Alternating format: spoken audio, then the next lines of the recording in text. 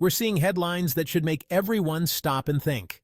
A silent shift is reshaping the Filipino diaspora. In 2025, 12 countries are tightening their borders against Filipino immigrants. The world is changing, and for millions of Filipinos, the welcome mat is being pulled away. This is not just a policy story. It's a human story. This is a story you need to hear. Let's begin. Kuwait was once a beacon for Filipino workers in the Middle East. But in 2025, Kuwait suspended all new visas for Filipinos, citing violations of labor agreements. The dispute centers on embassy shelters for abused workers, lifelines for Filipinos, but seen by Kuwait as a challenge to their laws. It's more than a standoff. It's a clash of values and sovereignty. Now let's turn to Japan, a country with a very different problem, but a similar outcome for Filipinos. For years, Japan has been grappling with a demographic crisis, an aging population, and a shrinking workforce. Filipino workers, especially in caregiving and skilled trades, were seen as a vital part of the solution. But in 2025, the landscape is shifting dramatically. Japan isn't issuing a blanket ban, but it's erecting a wall of bureaucracy and technology that is having the same effect. Stricter visa requirements and a new emphasis on automation are squeezing Filipino workers out of the market. The government is pushing a Japan for the Japanese narrative, subtly promoting job protectionism. They are investing billions in robotics and AI, particularly in the elder care sector.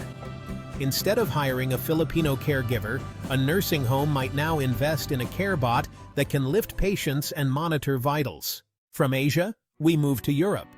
Let's talk about Italy. For generations, Italy has been a second home for a massive Filipino community, particularly in the domestic work and caregiving sectors. The colf and badante, the housekeepers and caregivers, are an integral part of many Italian households. But a new political wind is blowing through Rome. A right-leaning government, elected on a platform of cracking down on illegal immigration, is now targeting the so-called irregulars, and many Filipinos are getting caught in the net. The issue is complex. Many Filipino workers initially entered Italy on legal visas, but fell into irregular status due to bureaucratic nightmares. Their permits expired while they were waiting for renewals, or they changed employers without the proper paperwork. A process that can take months or even years. For a long time, authorities looked the other way. These workers were filling a crucial labor gap, caring for Italy's elderly population. But now, that unofficial tolerance is gone. Australia, long known for multiculturalism, is changing. In 2025, a new AI-driven visa system acts as a digital gatekeeper. It analyzes everything: finances, social media, connections. But Filipinos now face more rejections, raising questions about bias.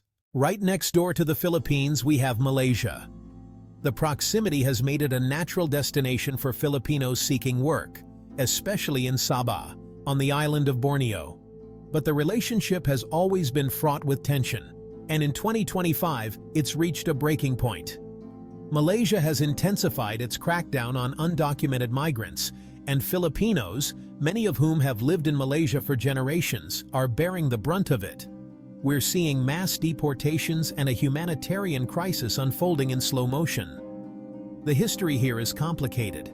Many Filipinos in Sabah have deep roots in the region, predating modern borders. Others arrived as refugees or economic migrants over the decades.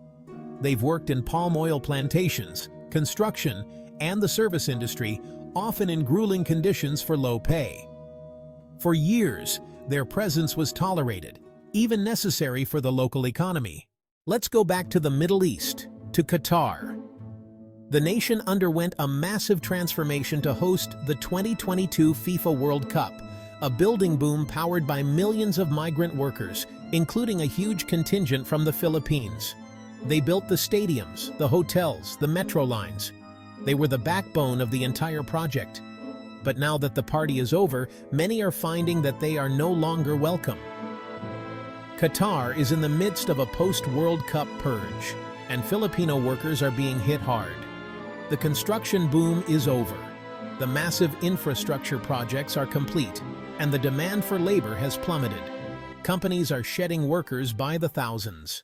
Singapore, a global hub for finance and tech, is shifting its labor policy. The Local First initiative makes it harder for companies to hire foreigners, squeezing Filipinos. The Fair Consideration Framework aims to prioritize locals, but acts as protectionism. Companies now face stricter rules, while automation and reskilling reshape the workforce. Saudi Arabia, a regional powerhouse, is undergoing a seismic transformation under Vision 2030. For decades, it was the top destination for Filipino workers, forging deep bonds in oil fields and hospitals. But now, Saudization is replacing foreign workers with Saudis, leading to mass layoffs and a new era for the kingdom. Let's look at the United Arab Emirates, another major hub for Filipinos in the Middle East. Dubai and Abu Dhabi have long been symbols of opportunity, attracting Filipinos to roles in hospitality, aviation, retail, and healthcare. But like its neighbors, the UAE is tightening its grip. While not as aggressive as Saudi Arabia's Saudization, the UAE is implementing its own Emiratization policies, and more critically, is using its visa system as a tool to reshape its expatriate workforce. The changes are subtle but effective. The UAE has introduced new, more restrictive visa categories. Short-term visit visas, which many Filipinos use to enter the country to look for work, are now harder to obtain and come with greater scrutiny. The government is also cracking down on visa runs, the practice of leaving and re-entering the country to renew a tourist visa. This has closed a popular, albeit gray area, pathway to employment. Back to Europe and to Greece, an economic echo of its past. A decade ago, youth left for work abroad during the debt crisis. Now the Filipino community faces uncertainty as nationalism rises. With high youth unemployment, some blame migrants for taking jobs. This has led to stricter workplace inspections and immigration crackdowns. The UK's NHS once relied on thousands of Filipino nurses, heroes who kept it running. But post-Brexit, immigration is tougher than ever, with strict points-based rules and higher salary thresholds. Now, the NHS faces staff shortages as the UK aims to cut migration.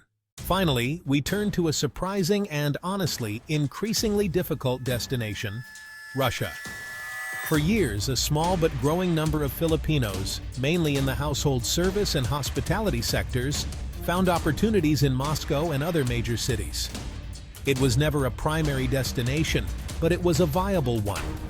Now, due to escalating geopolitical tensions and heightened security concerns, Russia is becoming, well, a fortress.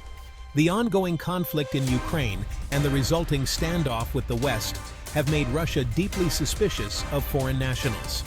The security services, the FSB, have been given wide-ranging powers to monitor and control the presence of foreigners. This has led to a dramatic increase in scrutiny for anyone applying for a visa. Filipinos, once seen as politically neutral and therefore safe, are now being viewed through a lens of suspicion, just like almost all other foreigners. We're seeing a surge in visa denials for Filipino applicants, often with no reason given. The stories of Filipinos abroad reveal resilience and sacrifice. They're on the front lines of globalization, feeling every shift in policy. Yet, their spirit endures. The Filipino diaspora is a vital part of global progress, enriching cultures, building communities, and supporting families back home.